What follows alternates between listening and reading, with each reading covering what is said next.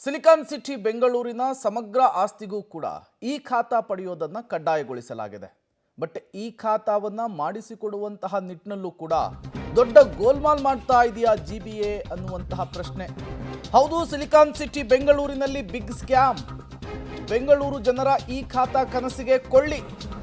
ಡಿಕೆಶಿ ಕನಸಿನ ಕೂಸಿಗೆ ಗ್ರೇಟರ್ ಬೆಂಗಳೂರು ಅಥಾರಿಟಿಯಿಂದ ಅಧಿಕಾರಿಗಳ ವಿಲ್ಲನ್ ಆಗಿದ್ದಾರೆ. ಈ ಖಾತಾ ಗೋಲ್ಮಾಲ್, ಜಿಬಿಎ ಅಧಿಕಾರಿಗಳ ನೌಟಂಕಿ ಆಟ. ಸಾವಿರಾರು ಈ ಖಾತಾ ಅರ್ಜಿಗಳು ಉದ್ದೇಶಪೂರ್ವಕವಾಗಿಯೇ ರಿಜೆಕ್ಟ್ ಆಗ್ತಾ ಇದ್ದಾವಂತೆ. ಬೊಮ್ಮನಹಳ್ಳಿ ಉಪ ಆಯುಕ್ತ, ಬಿಟಿಎಂ ಲೇಔಟ್ ಕಂದಾಯ ಅಧಿಕಾರಿಯ ವಿರುದ್ಧ ಪತ್ರವನ್ನು ಬರೆಯಲಾಗಿದೆ.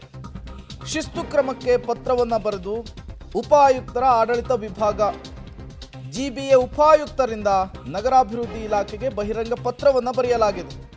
ಪಬ್ಲಿಕ್ ಟಿವಿಯಲ್ಲಿ ಈ ಖಾತಾ ಗೋಲ್ಮಾಲ್ಗೆ ಸಂಬಂಧಪಟ್ಟಂತಹ ಎಕ್ಸ್ಕ್ಲೂಸಿವ್ ಮಾಹಿತಿ. ಈ ಪತ್ರವನ್ನು ಬರೆದಿದ್ದಾರಲ್ಲ, ಅದರ ಪ್ರತಿಯನ್ನು ಕೂಡ ನೀವು ಗಮನಿಸ್ತಾ ಇದ್ದೀರಿ. ಈ ಖಾತಾ ಪಡೆಯಲು ಸಲ್ಲಿಸಿದಂತಹ ಅರ್ಜಿ ವಿನಾಕಾರಣ ತಿರಸ್ಕಾರವನ್ನು ಮಾಡಲಾಗ್ತಾ ಇದೆ ಅನ್ನೋದು ಈ ಅರ್ಜಿಯ ಸಾರಾಂಶ. ಅಧಿಕಾರಿಗಳ ವಿರುದ್ಧ ಕ್ರಮ ಕೈಗೊಳ್ಳಿ.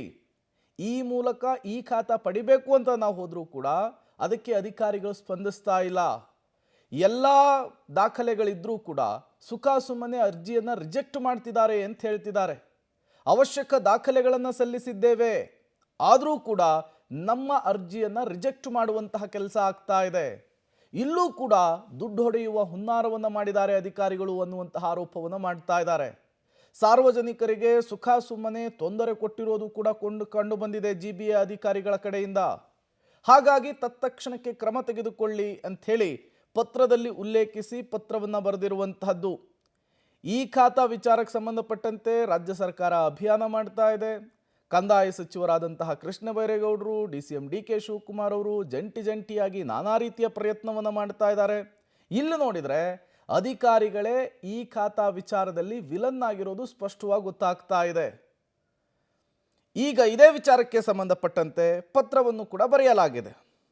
ಹಾಗಾದರೆ ಈ ಪತ್ರದಲ್ಲಿ ಏನಿದೆ, ಅದರ ಅಂಶವನ್ನು ನಾವು ನಿಮ್ಮ ಮುಂದೆ ಇಡ್ತಾ ಹೋಗ್ತೀವಿ. ಜಯನಗರದ ನಿವಾಸಿ ಮುರಳೀಧರ್ ಅನ್ನೋರು ಈ ಖಾತಾಗೆ ಅರ್ಜಿಯನ್ನು ಸಲ್ಲಿಸಿಕೊಂಡಿದ್ರು. ಸೂಕ್ತ ದಾಖಲೆಗಳನ್ನು ನೀಡಿದ್ರೂ ಕೂಡ ಅರ್ಜಿದಾರ ಮುರಳೀಧರ್ಗೆ ಈ ಖಾತಾ ಸಿಗ್ತಿಲ್ವಂತೆ. ಇದಕ್ಕೆ ಕಾರಣ ಅಧಿಕಾರಿಗಳು ಅಂತ ಹೇಳ್ತಾ ಇದ್ದಾರೆ. ಮಾಹಿತಿ ಸರಿ ಇಲ್ಲ ಅಂಥೇಳಿ ಕಂದಾಯ ಅಧಿಕಾರಿಗಳಿಂದ ರಿಜೆಕ್ಟ್ ಆಗಿದೆಯಂತೆ ಮುರಳೀಧರ್ ಅವರು ಸಲ್ಲಿಸಿದಂತಹ ಅರ್ಜಿ. ಅಂತಿಮ ಖಾತೆಯನ್ನು ಪಡೆಯೋದಕ್ಕೆ ಬೇಕಾದಂತಹ ಎಲ್ಲ ದಾಖಲೆಗಳನ್ನು ಕೊಟ್ಟರೂ ಕೂಡ ಸುಮ್ಮನೆ ಅಧಿಕಾರಿಗಳಿಂದ ಅರ್ಜಿ ತಿರಸ್ಕಾರ ಆಗಿದೆ ಎನ್ನುವಂತಹ ಆರೋಪ ಮಾಡ್ತಿದ್ದಾರೆ. ಹೀಗೆ ಸಾವಿರಾರು ಅರ್ಜಿಗಳಿಗೆ ವಿನಾಕಾರಣ ನಿರಾಕರಣೆ ಮಾಡುವಂತಹ ಕೆಲಸ ಆಗ್ತಾ ಇದೆ ಅಧಿಕಾರಿಗಳ ಕಡೆಯಿಂದ. ಉಪ ಆಯುಕ್ತರಿಂದ ನಗರಾಭಿವೃದ್ಧಿ ಇಲಾಖೆಗೆ ಬಹಿರಂಗ ಪತ್ರವನ್ನು ಬರೆಯಲಾಗಿದೆ.